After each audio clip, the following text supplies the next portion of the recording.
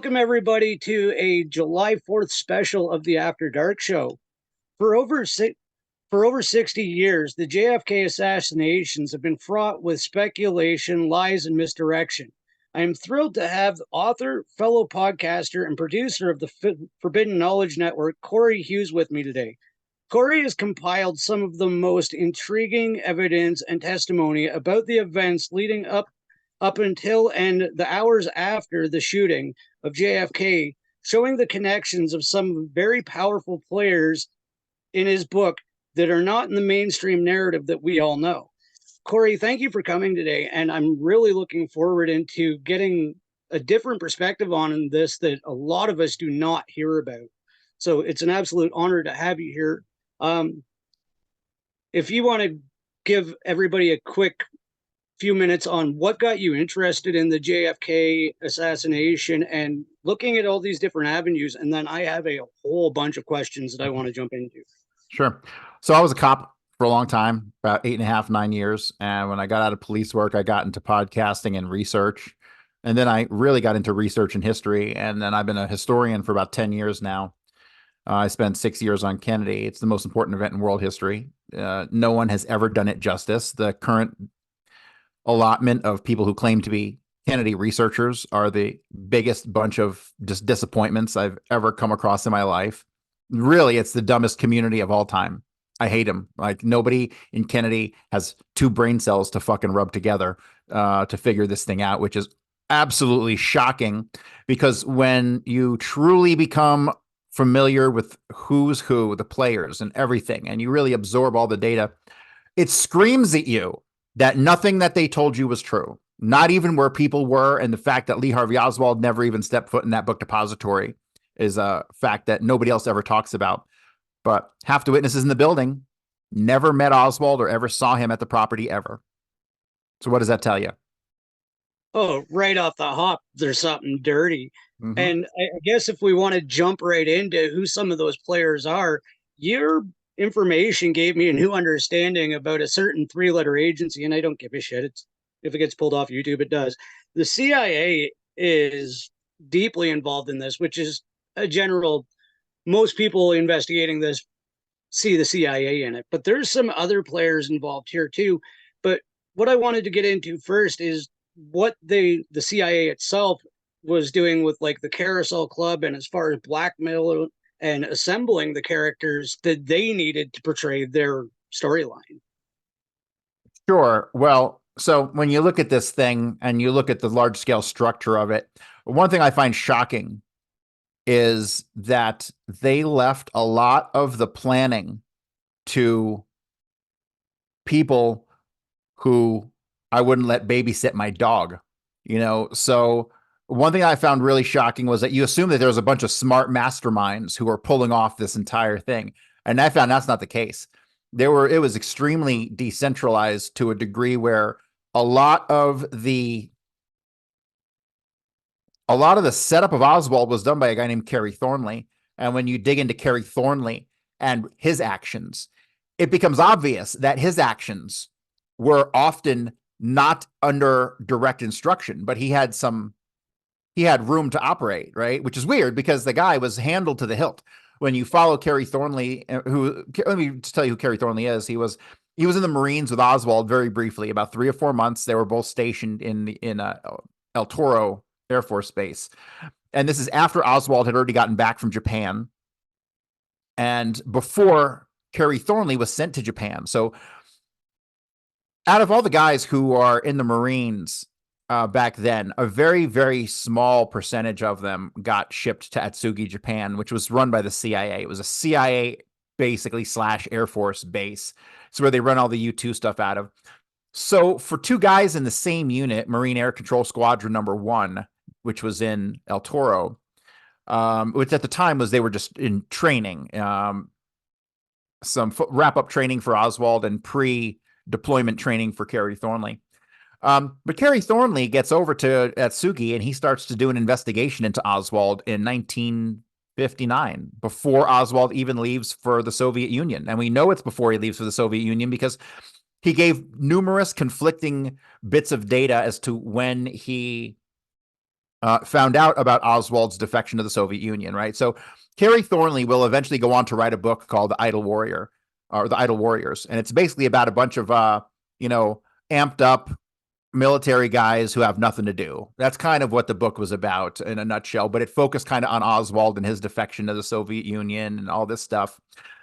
But the reason this is relevant is because, to me, I found that Kerry Thornley was using an alias of Rick Thornley when he was in Atsugi, still in the Marines. Why are you using an alias with other Marines?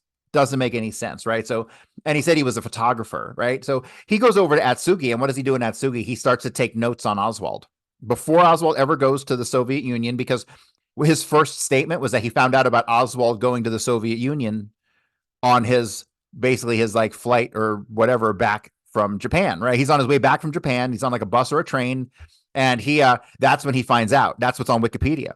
But then when you dig into his statements, he changes that and he says that he found out before, right? So at first he's confronted with the fact that why were you in Natsugi taking notes on Oswald, but yet you didn't even know Oswald had left for the Soviet Union, right? So obviously before Oswald even gets deployed to the Soviet Union, Kerry Thornley is tasked with finding stuff out about Oswald in Atsugi from Oswald's former Marine group that he was in, which was Marine Air Control Squadron number 9. And so you get some really weird stuff. It's obvious that there's some intel. Whenever you get like military people or government people and they just are demonstrating weird behaviors that like this is intelligence. Something's going on in the intelligence world. Whether we know what it is or not is irrelevant. But it becomes really obvious that from the jump before Oswald is even deployed to the Soviet Union, which was obviously part of what's called the AE Balcony program, and I'll get into that in just a second. Before we even get into that, you realize that Kerry Thornley is involved with intelligence. And obviously, if Oswald is going to the Soviet Union, he's involved with intelligence. Normal people just didn't defect to the Soviet Union. It didn't happen. There were none, zero. Like all the people who went to the Soviet Union and ended up coming back, they were all intelligence, okay? So it's obvious there's an intelligence op going on here, and that both of these guys were recruited. If you ask me, they were recruited into intelligence before they ever even made it to the Marines.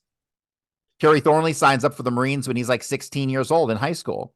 And he's on like a deferred program where he could sign up, finish high school, and then he gets deployed. And so that's what he did.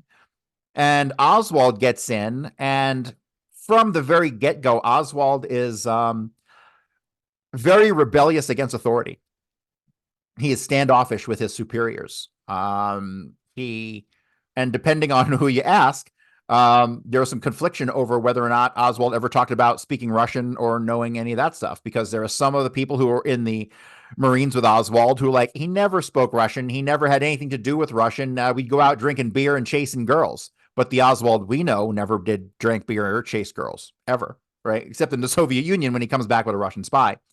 But so it's obvious there's some sort of intelligence operation going on before all the stuff that we know about, even the defection to the Soviet Union, right? So then Oswald is over there, and he's there from 59 to 62. And so starting in 1955, there was a program called Redskin. Redskin was a blanket program. They ended up having well over, I'd say, 15 programs to get into the Soviet Union.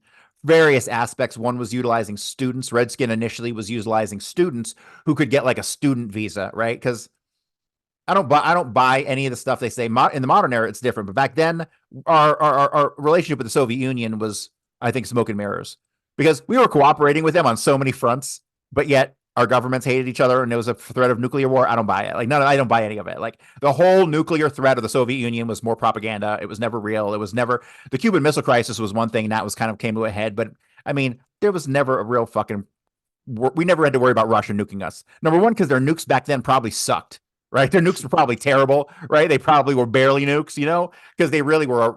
The country itself was just a mess. They were never like, communist countries don't produce good anything. Right, they produce good people at the threat of violence, and so I don't buy any of that shit back then. Right, and so when you have like all these different operations going on between the America and the Soviet Union, and it's like, and then we have this thing with Oswald where he goes there, they don't put him in prison, and they give him a job, and then he leaves with a Russian wife. Come on, this is so suspect that I can't believe anyone thinks this is above board. So, well, Go ahead. A quick question on that. Do you think Thornley was there because we're going to get into the Oswald doubles later? Do you think he was there basically getting the script on what Oswald was and how he behaved and to teach these other people later on? You know something? That is an extremely original thought, and I've never even considered that. And that's a goddamn good explanation because he, at this point, he knew he was going to be. He had to have known at some point in the future what the operation was going to be, and he knew that he was probably going to have to. See, I would say pick up on Oswald's mannerisms and all this stuff, but one of the reasons you could tell it was Kerry Thornley because he didn't demonstrate the same mannerisms. He was an asshole. He was arrogant. He was never clean shaven. He was just a pompous prick. And that was demonstrated even in the incidents where he was out setting up Oswald, like with Miss McGee in Baton Rouge when she goes to rent her apartment and somebody shows up who looks like Oswald, says he's Oswald, talks about Russia and guns and all this stuff, and shows up with a Russian wife. Right. So, of course, it's got to be Oswald. But no, the guy was not clean shaven. He was an asshole. He was cursing. And that's not our Oswald. So you find these very distinctive character traits. Like William Seymour was another person impersonating Oswald. And you can always tell his because he was the short one of the bunch. He was only 5'6". So, like, whenever you come across the Oswald sightings and the guy was clearly 5'6", he was short and described as shorter, it's always William Seymour. Plus, he's always seen with a big, fat, husky Mexican. But and getting back to like Thornley and Oswald, this is like a real key relationship because they knew each other in the Marines. Obviously, they know each other when they get back because we have numerous witnesses who saw Kerry Thornley at Oswald's apartment. And neighbors said they saw Thornley over at Oswald's place so often they didn't know which one was married to Marina, right? And so we have clear witnesses putting them together in New Orleans. And Kerry Thornley denied that he ever knew Oswald in New Orleans once he came back. According to Kerry Thornley, he knew Oswald for a couple months. And then once Oswald defects to the Soviet Union, he decides to write this book where he talks about Oswald in it. And the book has completed numerous drafts and shopped to like book publishers in 62, by late 62, right? Before the assassination ever fucking happens. And it's like, this is like how stupid and arrogant Kerry Thornley was. Like I've always said, like if they ever made a Mount Rushmore of stupid, there'd be one fucking face on it, the face of Kerry Thornley, and that's it. Because the things that he did are so dumb. And then after the assassination, he writes a 50-page in like 78 or something like that. He writes a letter to Jim Garrison, who's still investigating this stuff, but not as the district attorney. He's just still doing it on his own. And he basically spills the beans in not so many words. He connects himself. I consider it his 50-page confession. It's a 50-page affidavit that he writes where he basically connects himself to every known player in the assassination, including Carlos Marcello and some of the shooters and Leopoldo, who was the name that Lawrence Howard gave up at Sylvia Odio's place. You know, so he connected himself to things that the general public wouldn't know about Kennedy for decades. Like he specifically drops the name Leopoldo as a Mexican guy that he knew in New Orleans. Garrison had barely made the connection on the name Leopoldo, but then you have Kerry Thornley clearly indicating his relationship with him, which what does it tell me? It tells me that he had a relationship with Lawrence Howard through honestly, probably through David Ferry. That was probably the nexus in New Orleans, right? Through all these relationships. And so, yeah, it becomes really obvious that Kerry Thornley was involved in this thing from the get up. And when you get into like the Tippett shooting and all that stuff, it becomes obvious he was the Tippett lookalike. You can always narrow it down really, because after Oswald's back in New Orleans, when he leaves from April to October, and he's back in Dallas in October. All the incidents from September through November of Oswald being impersonated, you can narrow down to two men, William Seymour and Kerry Thornley. And it's pretty obvious because one of them is always seen with a husky Latino with a pockmarked face, who's Lawrence Howard. And the other one is oftentimes seen with Oswald's wife, right? And so I can't connect Oswald's wife to most of the players in New Orleans, except Kerry Thornley. And once I realized that Oswald was being seen in places, particularly like after Mexico City and in Mexico, in Alice, Texas, and all the traipsing around, and at Furniture Mart, and at the shooting rifles off the highway at bales of hay. All these times, Oswald is seen with his wife and kid. So normally people will be like, well, Oswald's seen with his wife and kid. What's the big deal? How do you know? Why would you say that's Kerry Thornley? Because Oswald doesn't fucking drive. Oswald doesn't drive at all. He never drove. And the reason he never drove is because I think it's pretty obvious. Again, Kerry Thornley had the Lee Harvey Oswald driver's license because he presents it on the morning of the assassination at the Jiffy store to Fred Moore, the clerk at the Jiffy store. He presents a Lee Harvey Oswald driver's license that has Oswald's birth date and stuff on it. But Oswald is supposed to be at the book depository. But Oswald's not at the book depository either. That's William Seymour. Oswald's back in Fort Worth all morning. So to me, it became clear at that moment that the reason Oswald never had a driver's license is because he couldn't get one, because they already had the Oswald license issued to Kerry Thornley. So, but he didn't, those licenses didn't have your picture on it, if I'm not mistaken. Like, they could have issued him a duplicate, but for some reason, I think the whole reason Oswald never drove was because of that primarily. And because honestly, I think even though he was raised in America, he was not an American. This is an aspect of the assassination I don't talk about very much. I usually sum it up in like 2 minutes, but when you dig into the work of John Armstrong, and the more I dig into John Armstrong's work, the more it is absolutely undeniable that Oswald had to have been part of some CIA operation going back to 1947, the initiation year of the CIA, because there were obviously two children being raised as Lee Harvey Oswald. And this is the most controversial aspect of anything in Kennedy. But it pieces together. It kind of makes sense. And then when you look at the AE Balcony program that Oswald had to have been a part of, and then why did I say Oswald was part of AE Balcony? Well, it ran from 59 to 62. What years was Oswald in the Soviet Union? 59 to 62. Now, here's an even better one. On June 1st, 1962, Oswald goes to the consulate and he's get issues by the State Department, a new visa, a new passport, and $500 money to travel out of the Soviet Union to get back to America. And the Russians let him go. Okay. That was June 1st, 1962. The AE Balcony program and all subsequent programs of getting a spy into Russia ended on June 1st, 1962. The program came to an end, and on that exact day, they issued him all of his stuff to come home. Now, do we really think that that's a coincidence that there was a program designed to get a spy into the Soviet Union that ended on June 1st, and he actually got his stuff issued on June 1st? Give me a break. Not coincidence. He was obviously part of the AE Balcony program. And the AE Balcony program was one of a long line of programs that you can get into that goes back to the early 50s. And I think with that one, they just gave up. They had achieved nothing. Really, they spent a decade trying to get people in the Soviet Union, accomplished nothing. Zero. And unfortunately, when you study the CIA for any extended period of time, that's their MO. They'll put a lot of time, effort, and money into something, and then it'll lead to nothing. Like trillions of our dollars over time have been burned by the CIA for fucking nothing. Just like this plot to get a spy in the Soviet Union. So once you connect Oswald to AE Balcony, you realize he's part of this fucking this intelligence complex, right? Then it becomes, I think, so this is somewhat speculation, but he comes back, he brings a Russian spy. And why does he do that? Because the Russians forced him up, right? So he tries to marry some chick in Russia and she says no and rejects him. And then he ends up marrying Marina like 2 weeks later. Obviously planted with him.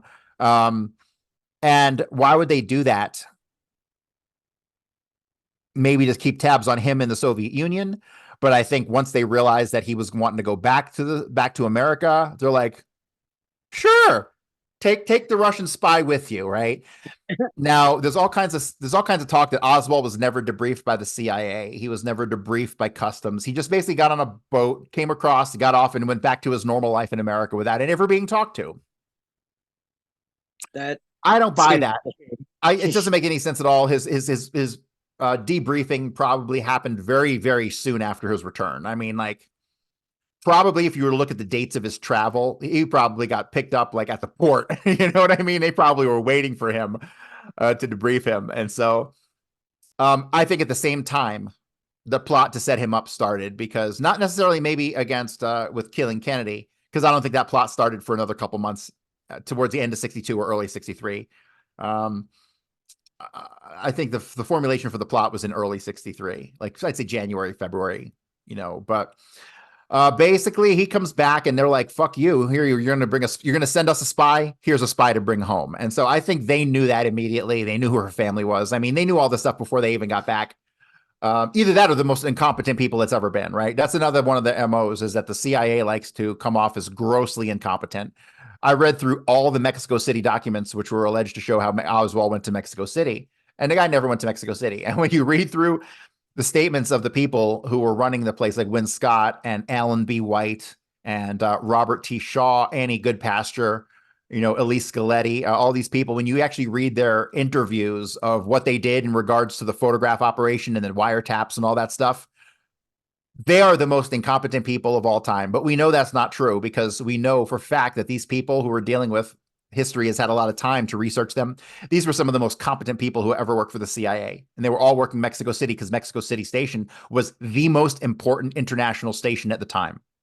It was. So they had the best of the best in Mexico City. And when you read their testimonies, they're like, I don't know why we don't have a picture of Oswald. And then they're like, Mr. Goldsmith, who was one of the lawyers, is like, well, Oswald went back and forth between these two embassies 5 times over 3 days. And you guys don't have a single picture? I wasn't working. I don't know. It must have been this guy. And then they interview that guy and they're like, oh, I don't know. I just work here. Everybody passed the buck. So either they're the most incompetent people that have ever been, despite their, tenure at the CIA, or they're lying and they were in on the setup the whole time. They had no choice. They had to have been, and then you have the statements of that guy, Antonio Veciana, who was like the head of the Alpha 66 unit, which was like a assassination group, sort of collection of Cubans. And he said he met with a guy named Maurice Bishop, and that Maurice Bishop was David Atlee Phillips, who was the head of the Cuban section down in Mexico City, and that he met with him and that he saw him with Oswald. I mean, he said that he showed up and Oswald was there with him, but Oswald never went to Mexico City. Oswald was still in New Orleans at the time when the bus allegedly crosses into Mexico City. And so there's like, no way it was Oswald. It was most certainly Kerry Thornley. Kerry Thornley was balls deep in this operation the entire time from before there even was an operation. God, it's the more I look at how the actual pulling off of the setup worked, like Kerry Thornley was like one of the top 3 people. Jack Valenti, Kerry Thornley, and David Ferry are probably the 3 most important people in the whole assassination. More important than Clay Shaw or any of the Mossad guys or any of that stuff. Before we get too far into that, I wanted to talk about another group that plays a huge part in this. And you cued me in on some history about this organization that I didn't know, and I'm sure a lot of people didn't know, and that's the mob. And when you revealed who was actually running the mob, it kind of blew my mind. I was not aware of that. I think of the atypical what you see on TV, that's the understanding of the mob most of us get. And I was wondering if you can give a brief explanation on who was in power of the mob at this time, which kind of Sure. leads in what Sure. You have to came go next. back to you have to go back to the 30s, actually the 20s. You go back to the 20s and you have this rise of Jewish gangsters, right? Because how do I say this? The Jews always feel like they're victims, right? And no matter what, I mean, they run the world, but yet they're victims. And so they feel like they're victims, and the mobsters were no different. They felt like the other gangsters got more respect and this and that. And so they went out of their way to be overly brutal. And they were. Meyer Lansky and Lucky Luciano and these guys were fucking savages. And so Meyer Lansky forms Murder Inc., which is like the murder business for the mob, right? And most people don't realize this. They think luckily Luciano was involved in the setting up of the commission in New York, the representation of the 5 families. That was all Meyer Lansky. Okay. Anytime you ever hear anything about, Lefty Buckalter and like Lucky Luciano, Albert Anastasia, any of these old school OG Jewish mobsters, what you're really talking about is Meyer Lansky. Meyer Lansky was the boss of all bosses of all time. And he'd murdered he had these guys murder, these Jewish mobsters take out Albert Anastasia and Joe Masseria, who were the top Sicilian bosses who were trying to put together the first coalition in the country, right? There never really was a coalition of like Italians who ran things on a national scale. It was all local. And so those guys, once they actually did form their kind of, they established their leadership, Meyer Lansky just comes along and takes them out and establishes the network of the 5 families in New York, right? And so everyone's always like, oh, the Jews aren't made guys. Well, they didn't give a fuck about being made because they told the made guys what to do. And so they controlled Meyer Lansky ultimately was the guy who controlled the money. He was the mob's accountant to a degree, but he also generated more money than any other mobster in history. And so he ran the show. And when he said jump, the Italian said how high. And that's how it was the entire relationship. Whether on paper it looked that way or not doesn't fucking matter. People need to learn how to read between the lines. They wanted the Italians to be the fall guys. That's why they created the movie The Godfather, to make it seem like it was the Italians, not the Jews, right? And so, not to say that those Italian stories weren't real. Like there was like most of the five families that were all Italians, and I think maybe one of them wasn't. But there was it was Italians everywhere who were doing this, but and they had always had a relationship with the Jews. But Meyer Lansky really solidified the large scale structure, and so I think even the five families might have felt like they had some degree of being in charge because they kind of were big and powerful. But Meyer Lansky was he was international, just like Jews are everywhere. They're international, right? So he had connections all over the world. Like he was a truly international mobster. So by 63, you're talking about you got Giancana in Chicago, and you have Trafficante, and you have Carlos Marcello. Those are the three big mob bosses. But then you got like John Scalise in Cleveland, so working under the Chicago outfit, but a fairly big guy. You had guys like Angelo Bruno in Philadelphia. And you guys had like Tony Provenzano in New Jersey. So these guys they were all Italians, and they all bent the knee. They all bent the knee. And so in 1963, the mob was controlled by Jews, not Italians, in the large scale, all that stuff. And so even some of the hit shooters, like Dave Yaris was a Jew. Dave Yaris grew up with Jack Ruby in Chicago. And at a very young age, these guys, Dave Yaris ends up getting sent to Miami by the Chicago outfit. And he ends up running Miami for the Chicago outfit. So you have these outcroppings of so how it worked was like the Chicago outfit was the biggest, baddest, organization, period. And they had outcroppings all over the country. Now, there were certain places like Texas had a mob at one time. They had a Dallas mob run by Joe Civello. And you had like you had a Houston Mafia, which was run by the DeGeorge family, which was connected to Jack Valenti's mother, Josephine DeGeorge.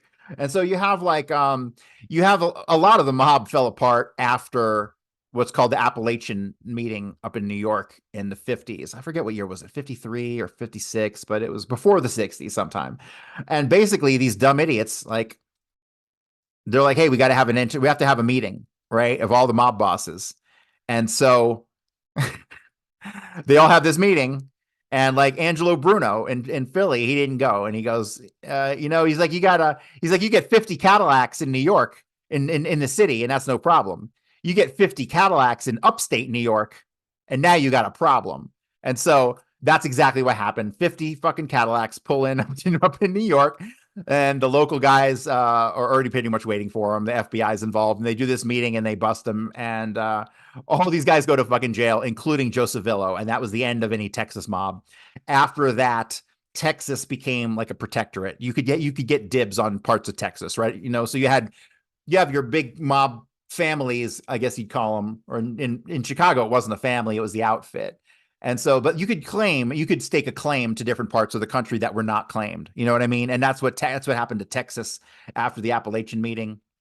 And so that's what happened with Cleveland and Miami. And, by the time a lot of these mob organizations just came into power, Chicago had already had their grips in all kinds of stuff. They had sent Bugsy Siegel to Los Angeles, right, in the 40s to work out the Hollywood stuff, right? So they had their hands in Hollywood and everything going on. And if you got your hands in Hollywood, you got to get your hands in the local city council that governs that, right? So they had mob people all over the place. Like when you look at how the mob evolved from like the 20s to the 50s, it's like unbelievably impressive. And I don't even mind that they broke some kneecaps in the process. You got to do what you got to do. So, but that's who was running the show at the time. It was a relationship of the mafia with the Israelis, because the Israelis, the CIA, and the mob are all one organization in 63. And that's the crux. People are like, oh, the mob did it.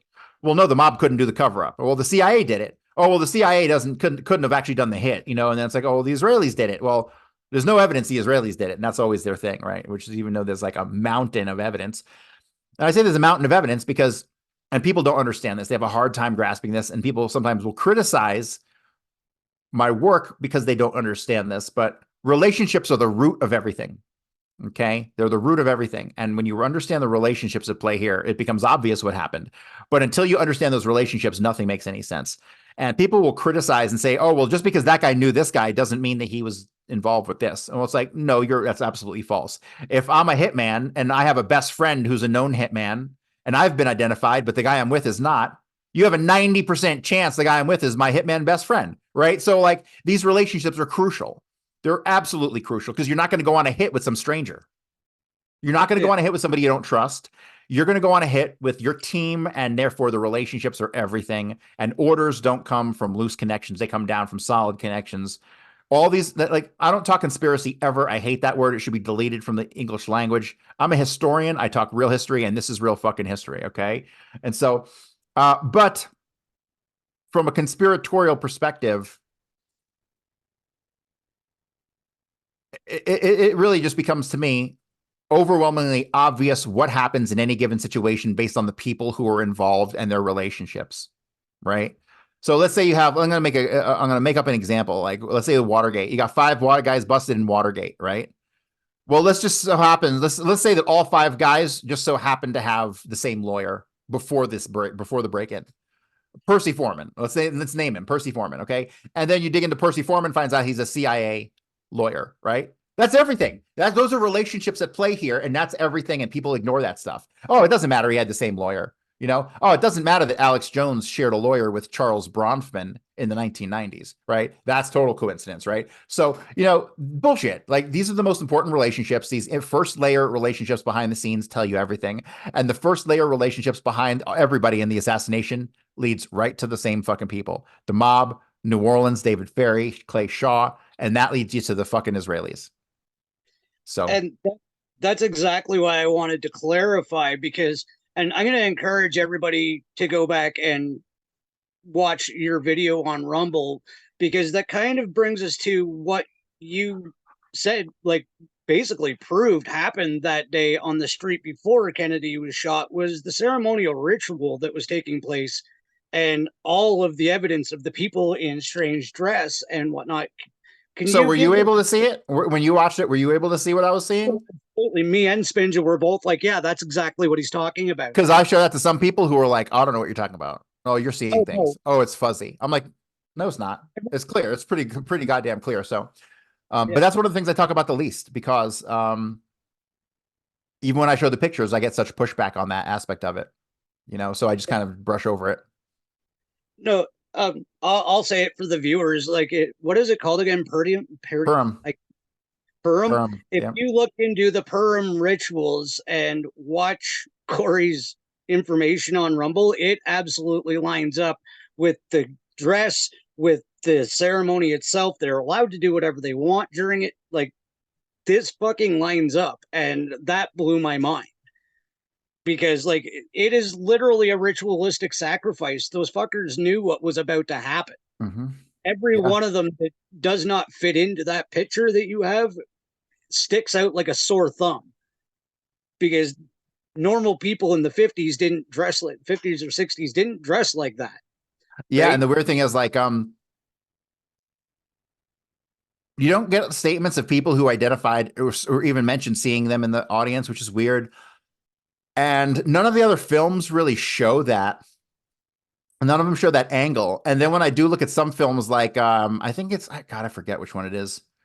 There's a film that basically is in one of the cars and it turns the corner, and you can see these guys wearing these bright orange suits. They're like orange, like this color orange, like I'm wearing, like on the street. And it's like, you can't really tell what it is. You're looking, you're like, what the hell is that? And it's clearly somebody wearing something, but you can't really tell what they're wearing, but it's bright freaking orange and it's right there.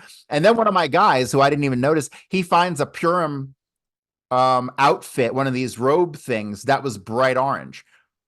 I was like, wow, that's wild. They're really into the color symbolism too. Like when you look at that picture of Dealey Plaza from the Robert Hughes film, there's turquoise all over the place, and that turquoise is like a heavily symbolic thing for Purim for some reason.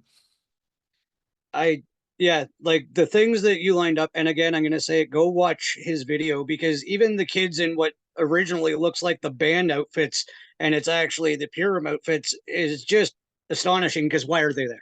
So I've Right? had people argue with me over that and say that those people were identified and that they were part of the marching band. And I found the marching band. Okay. When you look into there was a marching band present and the uniforms are totally different, like completely different. The only white stripes that you see are like the white straps from holding the drum and stuff like that, Um, Yes, there was zero correlation between the uniforms they were wearing up on the knoll and the marching band. And most people don't even know. I didn't even know about the marching band until like 8 months ago or something like that. And then when I actually Googled it just to verify, because I would have felt stupid pushing this for years and then being like, oh, there was a marching band. And then, but no, I got the pictures of the marching band and I was still right. I was like, thank God. Whew, that's a tough one, because I was really nervous. I was like, man, maybe what if I'm wrong? Here's the thing. Like this is one thing that I'm going to pat myself on the back over. I'm constantly reevaluating my work, constantly. Like I got a couple guys in my inner circle who I'll be like, hey man, remember when I said that? Was I stupid or what? I mean, and then they'll break it down for me and be like, no, you're on point. So I'm constantly reevaluating these things. And if anybody can ever bring me information that debunks what I say, then great. So Yeah. here's a good example. Bertus, one of the guys who messages me, he was adamant that Jack Valenti's kids are his own kids. And I'm like, well, that doesn't make sense as far as timing goes. And there's a whole bunch of other reasons why I don't believe that to be the case. And Jack Valenti's wife was actually the lifetime love, though, of Lyndon Johnson, right? His real true love of his life. And Jack Valenti married her. So I just kind of assumed that it was Johnson's kid and he was just pretending.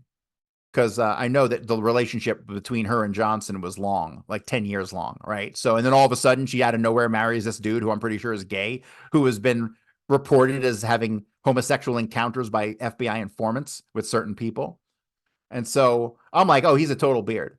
But then the more I analyze these pictures, turns out that I was wrong. I was wrong. I mean, when you look at the pictures of Jack Valenti's kid, clearly his kid, right? So I was wrong there. However, other things that people try to point out to me, like the two Marguerite Oswalds, right? There were two Marguerite Oswalds, right? So not only was Oswald being impersonated, if you're going to impersonate a kid who's a minor, you got to impersonate the mom or somebody, whoever the caregiver is. And we have clear evidence of two Marguerite Oswalds living in two different places with two different faces. One of them's got a mole, one of them wears glasses, and the other one doesn't. One of them's way taller than the other. It's to me, it's undeniable that there were two Marguerite Oswalds, but some people will still push that back and say, no, it's ridiculous. Well, I'm like, you don't understand the CIA. We have to understand the CIA. Their job is to deceive you. That is it. To deceive you so they can carry on whatever operations they want and you'll never be any the wiser. That's the entire point. It's called plausible deniability. And the entire practice of spycraft and tradecraft, which includes body doubles and dead drops and all that spy stuff, that was all created so they could deceive you. Not necessarily the enemy, you. They don't need you knowing what's going on while they're doing their stuff, right? So they have all kinds of body doubles across. There were people impersonating Oswald going back to summer of 1960, which is what, 3.5 years before the assassination. So, yeah. That's actually something I wanted to ask you about because, again, your information is amazing and I kind of got some of it jumbled up. In your estimation, how many Oswald doubles were there leading up to? Well, there was two primary ones that were involved in the major incidents that we've become aware of. But I know that there was an incident at the Texas Employment Commission with Laura Cottrell, who worked at the Texas Employment Commission, who became an avid Kennedy person afterwards. She claims a guy went in there on October the 4th, which is an important date because that's the date that Oswald was made aware of the book depository job, allegedly. So October 4th, and it's also the day after Oswald allegedly gets back from Mexico City. But this guy is identified as a guy named Larry Crawford, and he went in there and gave the name of Lee Oswald. This is fact. We can say this with 100% certainty. Then Laura Cottrell, in the years after the assassination, identified Larry Crawford through photographs, said this is 100% the guy who came in and talked to me. But the thing about Larry Crawford is he was missing two front teeth right here. They were gone. And so he didn't look like Oswald at all. He had black hair, didn't have a receding hairline. He looked like a carny. He looked like a scumbag carny. I mean, that's what he looked like. So it wasn't so much a plot to like, how do I say this? You didn't have to look like Oswald to impersonate Oswald, right?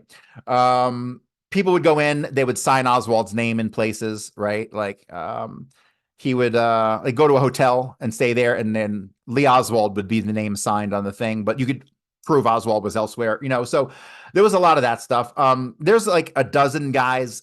Here's the thing. A lot of the JFK researchers look at some of these other guys like Thomas Mason and even Michael Payne, and who else? You got Alvin Bobouf. You have a couple of these guys who like were tall, not necessarily tall, but like they were lanky. They were like, Oswald was kind of short, like 5'9", but he kind of was like proportional. So he was kind of tall and lanky-ish, right? And so there was a bunch of guys who looked like that. And a lot of people were saying, I've seen a lot of people try to attribute these Oswald duplicate sightings to some of these people, which is possible, but at this point it's irrelevant because we already know number one, he was being impersonated. Number two, the big ones were be done by Kerry Thornley and William Seymour, right? So we've identified the two primaries who were directly involved in the actual assassination itself. So to me, everyone else is kind of like, if they were, they were. If not, I don't really give a fuck. I mean, to me, it's just like, how much minutia do you really need to get into to be able to prove your point, right? So I have no doubts there were other people who were impersonating Oswald, but none that really mattered other than Kerry Thornley and William Seymour. So, something else you referenced, I've got these 2 points kind of put together, is like the complete lack of security at certain frames of the filming, and the one testimony about a guy with an not open carry but a rifle when the president is about to drive down the street. How did nobody? John Lawrence Rudder. Yeah. He just saw a guy who was over 6 foot tall carrying a rifle, and it was like, who the hell was that? I can't even tell you who that was. I don't know who that was. I genuinely, there's a whole bunch of incidents like that where somebody saw something and it was weird and like, yeah, so I don't know who that was. But it was an indication that there was stuff actively going on. Here's what I assume. I assume that even though it was supposed to happen in Dealey Plaza, I could tell you they had to have shooters after Dealey Plaza in case they all missed. Had to. Like, there's no way which means they probably had shooters at the Trade Mart. But here's the problem. Here's the problem I run into.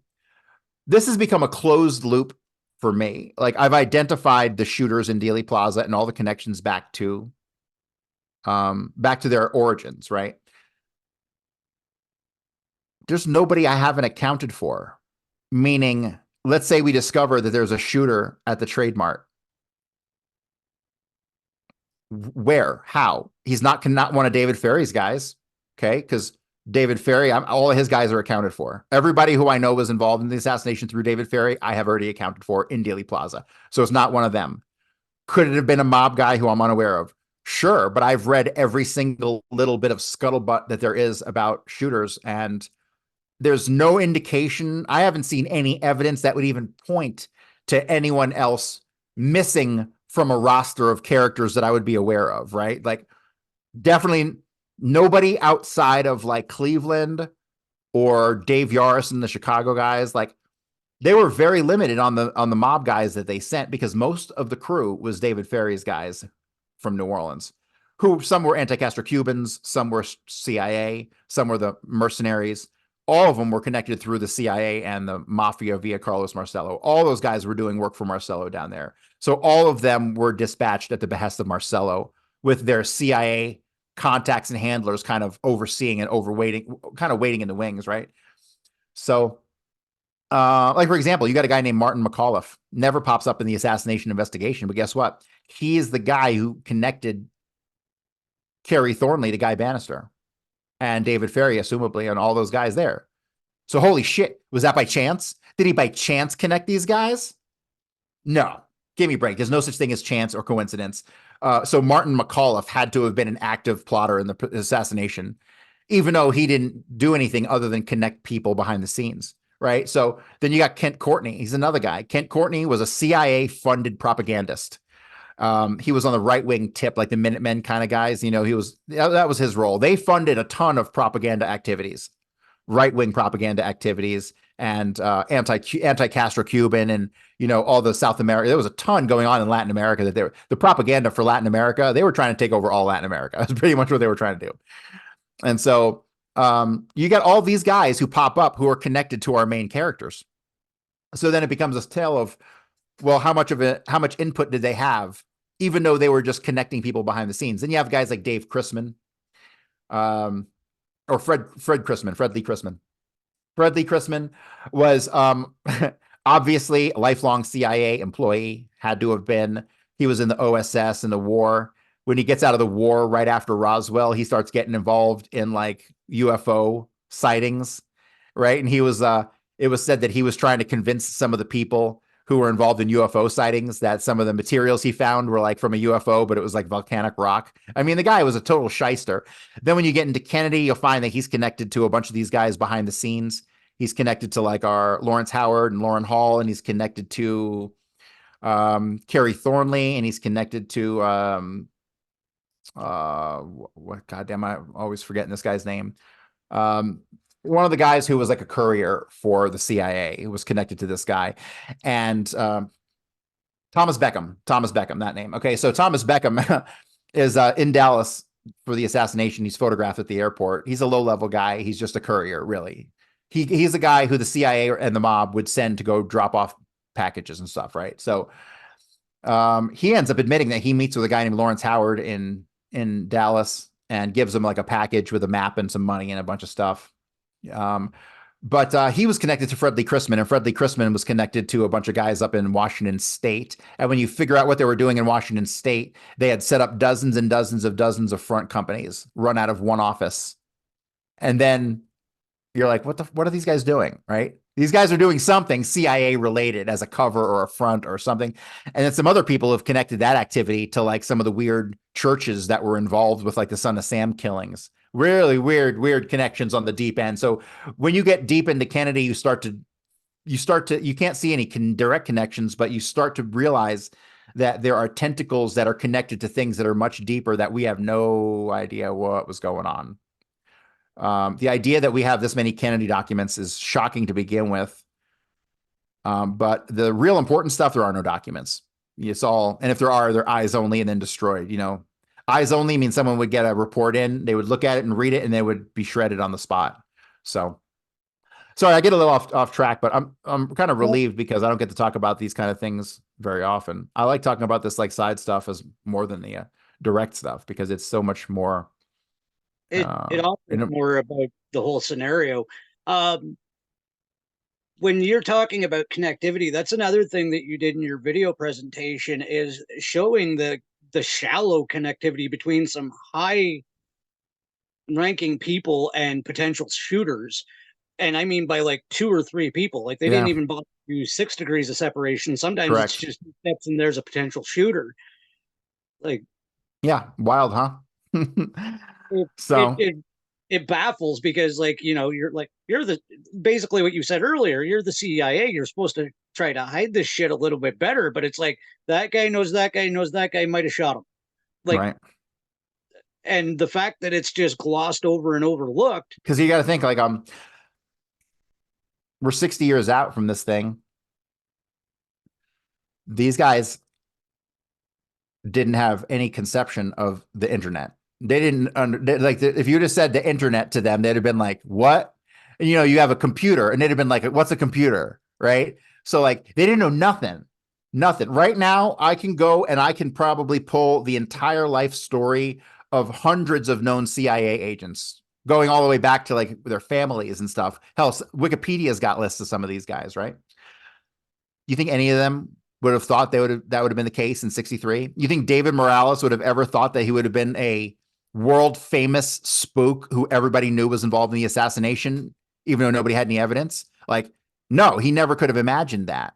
But over time, technology develops. We allowed to share more information.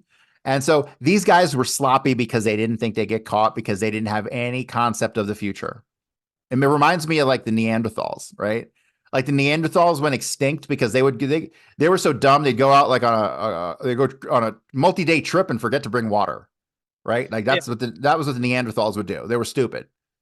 That's almost how the CIA is. Like they didn't envision what could possibly be later on, So that I think that's pretty fair. Another thing that caught my attention was the witness on the one bus after the shooting. I think it was after, who was also his boarding house manager. Do you think she was an operative or just a paid player? Like paid player. paid player? Yeah. Because she knew Jack Ruby through R.D. Matthews. We're talking about Mary Roberts. And Yeah. so she was so when you examine her story at the boarding house, she makes it seem like she kicked Oswald out because he was an asshole. And when you go through her testimony, she accidentally states that she was meant to keep tabs on him. Like she was watching everything he did. And then when you realize she knows Jack Ruby and she's connected to the Dallas Transit Company people and she's connected to R.D. Matthews, and then she allegedly is on the bus where she gives testimony that she couldn't have given because, she says that Oswald's shirt's ripped up and he has a hole in his elbow and stuff when she sees him on the bus, but not possible because that didn't happen until he goes to the Texas Theater.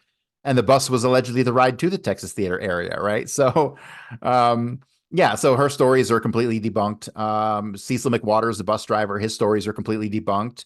He ends up talking about a guy named Roy Milton Jones. He gives his whole testimony to the Warren Commission about Oswald being on the bus and smirking when the president's dead. And then he's like, yeah, oh yeah, that wasn't Oswald. That was this other kid because he kept getting on the bus after the assassination. so that whole story falls apart, but but that's the thing. Like when you talk to the average Joe Schmo in the street, they're like, oh, well, we know Oswald did it because he left and he took a bus and then he took a cab and then he shot Tippit. I'm like, you're stupid. That's why it's taken me 6 years to figure this stuff out because you need to go into the nitty gritty. And when you go into the nitty gritty detail, you'll find that none of them, what they told us was true. So I'm kind of dreading it. One day I'm going to have to get to Martin Luther King and I'm going to have to go through all these steps all over again. It's going to be ridiculous, but I have it on good authority. I could finish Martin Luther King in less than a year. One of my associates who's already done it said I could do it in less than a year. So as opposed to taking me took me basically 5 years on Kennedy. Why do you think, what's your personal belief on why it's so hard to track where Jack Ruby is? Or do you have a definitive thought on where he actually was and why? Yeah, so Jack had a brother named Samuel who no one ever talks about again. Samuel was almost a twin. He was like 10 months younger than him. They were almost, physically almost identical. Jack might have been a little chubbier, but they both looked alike. And if you ask me, Samuel Ruby was impersonating Jack Ruby for a year and a half.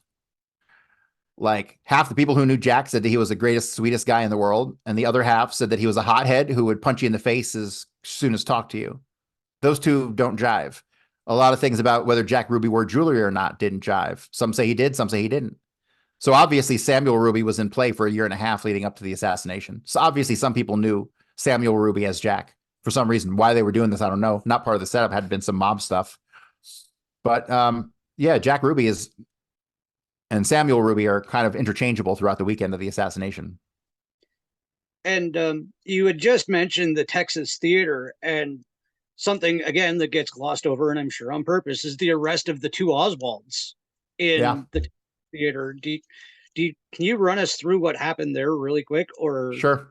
So I'm going to skip over the Tippit shooting. It was done by Kerry Thornley. Oswald was still in Fort Worth all morning, and Oswald gets a ride to the Texas Theater sometime between 1 o'clock and 1:06 by a taxi, most likely driven by a guy named Bo Click. So Oswald's in there between 1 o'clock and 1:06. Tippit, the official story says he was shot at 1:16, but he was really shot at 1:06 also. So 1:06 is a very important moment. Oswald's already in the theater when he's getting shot. Kerry Thornley shoots him, but ultimately Kerry Thornley will make his way to the theater by about 1:36 p.m. So Oswald enters the theater and he goes and he sits down in front of a guy named Jack Davis. And Jack Davis is like an 18-year-old kid. And it's like a whole empty theater here, but he's sitting right next to this guy who's a kid. And he's like, the kid's like, what's your deal? Why are you right next to me, bro? And so Oswald gets up and he goes and does this a couple more times, sits next to 2 or 3 more people. Then he gets up and he sits next to a pregnant woman. He and the pregnant woman speak for a couple minutes and they go to the lobby. I have some suspicions on who the pregnant woman is connected to New Orleans. Also, a pregnant woman was seen that week at the Payne residence. So it's a real person. I haven't identified them yet, but I've come across 4 pregnant people in the story. I've been able to eliminate 3 of them. One of them was pregnant at the time of the assassination, the connection to Kerry Thornley and a woman named Joyce Talley in New Orleans. But that needs much more digging into. And ultimately, there'll really not be a way to connect this person to the theater. Even if I can confirm all the information, it'd be very hard to put this person in the theater. But anyway, Oswald talks to this pregnant woman. They both go back to the lobby. She ends up leaving. He goes to the candy counter and buys popcorn at 1:15, exactly 1:15 p.m. So eventually Kerry Thornley, and then he sits there for the rest of the day until he gets arrested for about half an hour. Kerry Thornley will end up in the theater, goes to the balcony. So after Oswald's arrested out the front, Butch Burroughs, who is the concession guy, he's like the assistant manager, he's the number 2 guy in the theater. He sees another guy pulled out of the balcony, and he says, if it wasn't Oswald, it could have been his brother. And he gets pulled out the back, and he gets taken away by Stringfellow and a couple other guys. Stringfellow writes a report saying that that the arrest was made in the balcony, not in the ground floor where Oswald was actually arrested, right? So Oswald was supposed to die in that theater, period. I need to do a little bit more work on the revolver, but I can tell you the revolver was ordered from a company called Seaport Traders, and it gets rejected at the post office because it goes to Alec Heidel, and that name is not on the post office box. Okay. So it ends up at a place called Railroad Express. And then the person who went and picked it up signed for it the name Paxton, Paxton. Who the fuck is that? I go through the documents in New Orleans. I read a lot of documents. And I actually one day stumbled across in the New Orleans files a reference to a CIA agent named Paxton. Well, holy shit. There you go. Probably the first person to ever connect those 2 names. But most people just assume that Oswald got the rifle and Oswald got the handgun, but he didn't. They were rejected and picked up at Seaport Trader, picked up at the Railroad Express, and it definitely was not Oswald. So Oswald never had it. So what does that mean? It means that gun had to make its way into the possession of David Ferry so he could shoot Tippit one time with it and then leave the shells, right? And then when David Ferry flees from the Tippit shooting, he obviously has to meet up with one of the cops to give him the gun, right? This has to be what happened because it's the same gun that was ordered. So, and they know this from the serial numbers and stuff, unless they faked the serial number stuff later. They backdated a ton of documents. I mean, like, they clearly backdated documents and then inserted them into the record. One example of this is when Oswald gets in a fight in New Orleans. It's on August 9th. He gets in a fight with Carlos Bernier, who's a Cuban exiled dissident guy working with the CIA. Duh. Everybody Oswald talked to worked at the CIA. So Carlos Bernier starts a fight with Oswald on the street corner on August 9th, and he gets arrested, and they go to jail. Well, when you go back through the Fair Play for Cuba Committee letters that Oswald allegedly wrote to Vincent T. Lee in Tampa, Florida, when you go through these letters that are supposed to be authentic, Oswald makes reference to that fight on August the 1st. That fight didn't happen till August the 9th. Okay? So how the fuck did Oswald reference a fight that happened on August 9th on August 1st? He didn't. They faked the letters and then they backdated it. And they were sloppy. Yeah. That was it. They were sloppy. They were sloppy in all kinds of things, like with the fucking rifle money order. The rifle money order is a fake. Real money orders were on cardstock. And when you look at the ink on the paper that they used to fake this money order, it's got ink bleed through all over the whole thing. Like the ink saturated through the paper. That doesn't happen on cardstock. Okay. No. So we know that the money order's fake. I mean, so much of the evidence presented against Oswald is clearly fake and backdated. So that's how we know that the handgun stuff and all that stuff could have been totally faked after the fact, With Tippit, I did want to touch on that too. Do you think he was completely in on it? Dirty cop, paid player, and obviously all the above.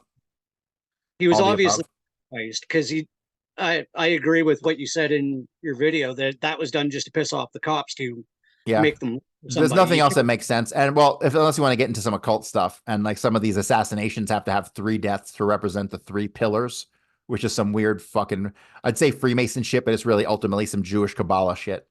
And so that's probably a part of it also. 3 people had to die: Tippit, Oswald, and Kennedy, to fulfill this prophecy bullshit.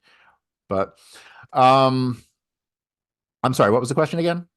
Was Tippit a sacrifice? Oh yeah. So here's the thing with Tippit. Like, we know he was in on it because he's in Dealey Plaza. He's in the Robert Hughes film, captured in that one frame with the costume people.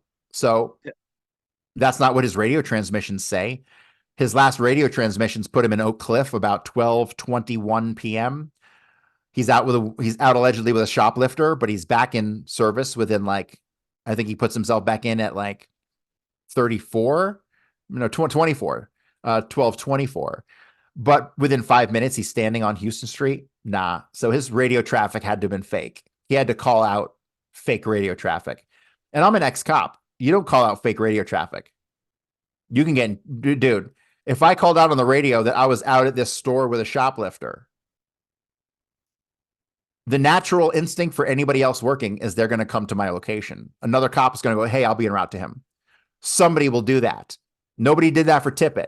And the idea that Tippett could call out a fake location and not be concerned about it, weird. Although it was 50 years before I was a cop, so I don't know. They didn't have any technology. They were dependent on the in-car radio. I mean, imagine being a cop and like calling out that, hey, I'm at a location from in your car, and then you have to get out of your car without a radio. Like, holy shit. Never, never, never, never, never. When I was a cop, you didn't go anywhere without your radio. That's your lifeline. You're dead without your radio. And so the idea that he would get out of his car, and go do something else and like not be in the location that he called out over the radio is crazy, crazy, crazy to me. But he's there in Dealey Plaza, sure enough. So if he's in Dealey Plaza and then he's meeting up with David Ferry afterwards in the back behind, as per the witness Velma, then clearly he's in on it. Clearly he knows these people. Clearly he's connected to Jack Ruby through Ralph Paul John, who was the one-time owner of Austin's Barbecue. But by the time of the assassination, I believe that it had been transferred from Ralph Paul to another guy. But Austin's Barbecue, there's a lot of conspiratorial stuff that surrounds Austin Barbecue. I don't really go into it too much because I didn't really need to try to prove that he was in on this because the photographs of him in Dealey Plaza prove it. So I ignored the Austin Barbecue stuff almost entirely. At one point in time, I'll go back to it, but it'll just be to fill in minor gaps. It won't be anything majorly revelatory. That's another thing. A lot of people put a lot of effort into a lot of stupid shit in Kennedy. And I'm just like, that's some dumb shit. Like, who cares about that? That's irrelevant. Like, their whole rifle, like, people have goddamn near written books about the rifle and like where the rifle came from and Klein Sporting Goods and all that stuff. But once you realize the money order's fake, you have to acknowledge, unless Oswald was making fake money orders, which is ridiculous, then he was set up, right? So once you come to that idea that he was set up because this is a proof, fuck all the other minutia. There's a ton of other minutia we still need to get to that's relevant. We don't need to get into irrelevant minutia. And so now when you get into that irrelevant minutia on the rifle, I am positive it will lead right back to the CIA in 100 different ways that people don't talk about. Like, obviously it came from Crescent Firearms, which is 100% a CIA cutout. And the rifle was imported by Samuel Cummings through his company, Adams Consolidated. Adams Consolidated, CIA company. If you're an arms dealer in the 60s, you work with the CIA. That's all there is to fucking do it. Hell, if you're an arms dealer today, you work with the CIA. And that's all there is to it. So the idea that this rifle was anything other than a CIA plant in the book depository is ultimately ridiculous. You can trace the whole entire origins of the rifle. It came in a batch of 90 rifles. Okay. So we know everything about the rifle. Everything about it is completely fucking irrelevant except to show that Oswald never ordered it. Once you realize Oswald never ordered it, quit wasting your time. Like, that's the thing. I'm really big on, like, don't waste your time. I have years left of research in front of me just on Kennedy, and I already know most of it. But I still got years left ahead of shit that I know I need to figure out. And you can't waste your time figuring out dumb shit that doesn't matter. Once you realize Oswald didn't order the rifle, everything else becomes irrelevant and can wait for a later time. You know what I mean? So, yeah, I want to get to the point. Okay, so we've covered that there's multiple Oswalds, multiple of his mom, and you explain in your video like about how they were fascinated with Houdini's identity transfer. right. I love that part of the video. I don't ever Yeah. cover that stuff because it's like 20 minutes that I just have to read from somebody's book. But I'll explain it here for the audience because I truly love that section of the video because that whole book is amazing. So it comes from a book called Tricks and Dirty Tricks of the CIA. I forget exactly what it's called, but they go into the identity transfer and what that is, the body doubles. And he goes into the example of Houdini and how Houdini had a trick where he built a wall with bricklayers and he magically appeared on the other side of the wall and stuff. But actually, no, he was actually deceiving the audience was part of the trick, part of the illusion, and that he never went through anything. He was one of the bricklayers. Like, he pulled his hood down and for the sake of the illusion, he was one of the bricklayers on stage, and then he moves to the other side, and then voila, I'm here on the other side of the thing, right? And so then they talk about how that could be pulled off if you have two assistants who are, they don't even have to be identical. And this is the best part because it explains how they could pull this off with people who don't look like each other. The only thing that William Seymour and Kerry Thornley and Oswald had in common was that they were about 5'7", 5'8", 5'9", in that range, and they were both skinny, and they had receding hairlines. Those are the three factors, and that's all you need. All you need is get those guys in certain places talking about communism, and next thing you know, it's Oswald talking about communism. Because imagine this: you go to the store, and the guy behind you says, "Oh, fuck Trump. I hate Trump. I think somebody should kill him." And he's like, I don't know, like a black guy with a mohawk. And then a couple months later, some black guy with a mohawk kills the president, and you're like, oh my God, that must have been the guy behind me because he had a mohawk. But no, they knew that that's how the mind works. They knew people would call in these sightings of Oswald. And so one thing they go into is that if they're not next to each other and being scrutinized, you don't even have to look alike. All it had to do was give the appearance of. It didn't even have to be identical. And that's how they pulled this off. That's why most people who I talk to about this have a real problem with the body double thing, because in the modern era, we got cell phones and cameras everywhere. You're not pulling this off today. You are not pulling off a body double switch in 2024. No. Period. There's cameras everywhere. We would see it. I mean, the nerds out there in the internet land would scrutinize everything. It would be impossible. But back in the day, it was very easy to get away with because of the lack of technology and stuff. You didn't even have your picture on your driver's license, right? So, yeah. And that actually brings me to the last example of it that you brought up. They did it with 3 people at once with the 2 sets of tramps. Now, the question I was left with that is, were any of those sets of tramps in on it? Like, or did they just arrest 6 innocent people because they looked alike? no. The fact they looked alike had nothing to do with it. So I'll explain that story. So there were 2 sets of tramps. People only know the tramps that we've seen, the 3 guys who were arrested walk through Dealey Plaza. One thing you need to note is very important. If you look at those pictures, Dealey Plaza is empty. Okay. Those pictures were taken at about 2:05 p.m. Everybody cleared out of Dealey Plaza. The cops actually got their shit together and cleared everyone out, which was good. They should have done that immediately. The split second Kennedy's head went pop. Baker should have pulled his motorcycle in the road, stopped every fucking car, gotten everybody out of Dealey Plaza, but that's not what they did. So 2:05 is when our tramps were arrested. The problem is the original set of tramps, who they identified as John Forrester Gedney and 2 other guys, I always forget their names.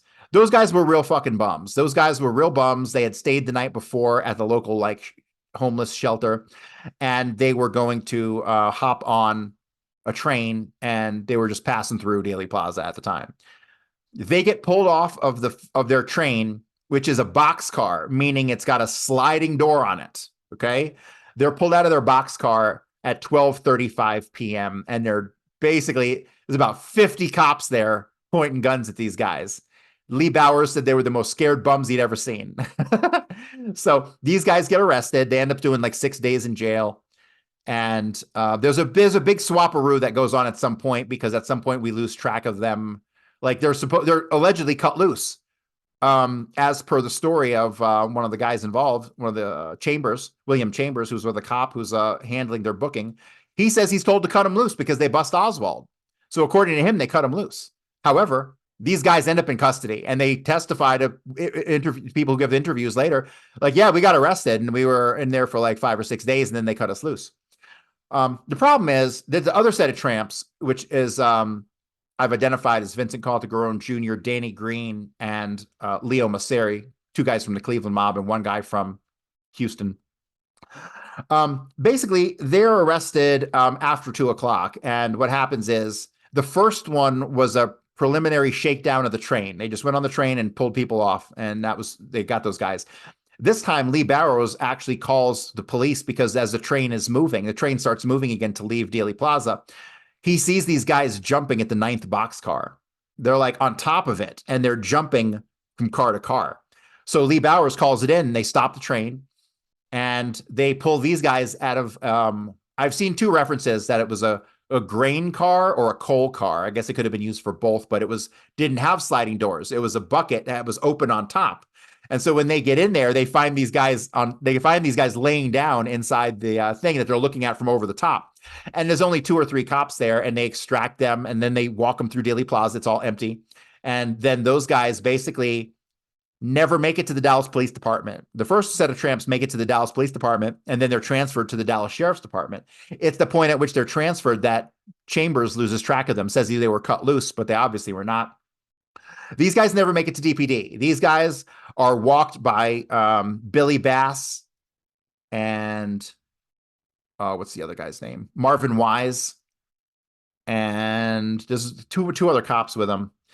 And they walk him directly to the sheriff's office. And one of the guys, either Wise or I think it was Wise, he's sitting out front because they're walking into the sheriff's office, and he's expecting to see them walked out of the building and taken to the jail because it was next door and you had to go out the front to see them go to the jail.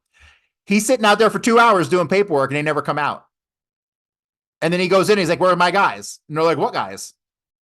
So like you have those 3 guys who are walked in and they just disappear out the back door, right? Those are the tramps that we know about, right? Those are different from the original tramps. And then you get idiots like Fred Litwin, who's an official story author who wrote a book on I was a teenage JFK freak. And he wrote a book trying to debunk Garrison's investigation. Total nonsense. And he's a Jewish Zionist. But he put in his book that the tramps were identified as these 3 guys. And I'm like, you're the laziest fucking researcher of all time. It's really truly shocking at how lazy some researchers are. Here's a problem I have with researchers. Researchers have learned to take other researchers' word for things. Yeah. They should never do that. Nobody should do that. Not even my work. Don't even take my work at my word at all. People should read my book and dig into my research to fucking really get an idea. Recreate it. If you want to understand something, you have to recreate my research. You can't just take me at my word for it. Because what if I'm fucking wrong, right? And that's the case with these fucking authors. Like, I'll catch so many authors quoting other authors, and they do it because they're lazy. It took me 5 years to read up all these 200,000 pages of documents at this point. And then it took me over 2 years to write the book itself, right? It was brutally painful. It hurt. It was a horrible experience. I mean, really, it was like writing this book was like torture. It took forever and it never seemed like it was going to end. It's like running a marathon. You take one step and you're like, fuck. That's what writing a book is like. That's why I'm kind of dreading starting my second one, because I know what it's going to be like. But you can't be lazy in research. You need to redo research that's already been done if you want to be sure. And I'm glad I did, because I redid all the tramp stuff, and it turns out all the people who ever wrote about the tramps were a bunch of idiots. Turns out everybody who wrote about anything in Kennedy was a bunch of idiots. I'll tell you right now who I respect in research. Michael Collins Piper. John Armstrong, I love his research. I don't like his conclusions. John Armstrong's conclusions are completely wrong, but the data he dug up was the most priceless data in all dealing with the original duplicate Oswald stuff. Michelle Mehta, who wrote CMC, Central Mondial Commercial, the secret Mossad and JFK CIA station in the JFK assassination. He's got the longest title of any book in history. Phenomenal book about Central Mondial Commercial and the CIA organizations involving the Mossad that were behind the assassination. And who else is there? Ryan Dawson was a mentor to me for a long time. He's got great work, but he's never released any of his Kennedy work. And that guy still knows things that I still haven't figured out. It pisses me off. He's put Clay Shaw in Dallas. He can put Clay Shaw in Dallas. I haven't been able to do that. He even gave me the person he was in Dallas with, and I can't put that guy in Dallas, but he can for some reason. So, but most researchers, like I said, you have to like really like, and never take anybody's work at face value ever. You just can't, you know? One of the things that I had never even heard of, and I want to kind of wrap up on this because I don't want to give too much of this away. I want people to go read your book and watch your video because it's fucking phenomenal. You, speaking of research, put together George Sr. and the Redbird Airport. Yes. Yes. Can you go into that before we wrap this up? Because I think that is absolutely tantalizing and might get some interest. Well, we have a letter written from Barbara Bush, made its way to the archives and into somebody's book at some point, where she basically says that they went to Dallas. They flew a plane into Dallas and she was at the hair salon and she got her hair and makeup did. And then Bush Sr. comes running in and grabs her, and they have to go, and they go to the airport, and they go to a private airport. And from that private airport, they fly to Love Field, and then they have to fly to drop somebody off, and then they go back to Redbird Airport, and then they have to fly back to Love Field, and they get on a commercial flight. So they make 1, 2, 3 stops. They make 3 jumps. This is exactly what the person at Redbird Airport said. They said that they had a flight, said it was going to be going one direction. And when they took off, they went a different direction. So they tried to signal them on the radio to say, hey, you're going a different direction. What's going on here? They ignored them. And that person ended up going to Love Field. And then they returned a couple minutes later. Then they took off a couple minutes later and went back to Love Field again. So that story matches what Barbara Bush said in her letter to family. How the hell could it not be the same? Yeah. It can't not be the same. So the Redbird incident had to have been George Bush and Barbara Bush. I put him in Dealey Plaza too, although none of the pictures people say are George Bush or George Bush ever. Like, there are no pictures of George Bush in Dealey Plaza. Well, let me take that back. I suspect there might be one, but I can't prove it. I suspect he might have been one of the guys who had Secret Service ID with a coat. Here's another thing. Look at the pictures of Dealey Plaza. All of the guys who are wearing suits who have an overcoat hung over their left arm, those guys are all in on this. There's at least 3 or 4 of them.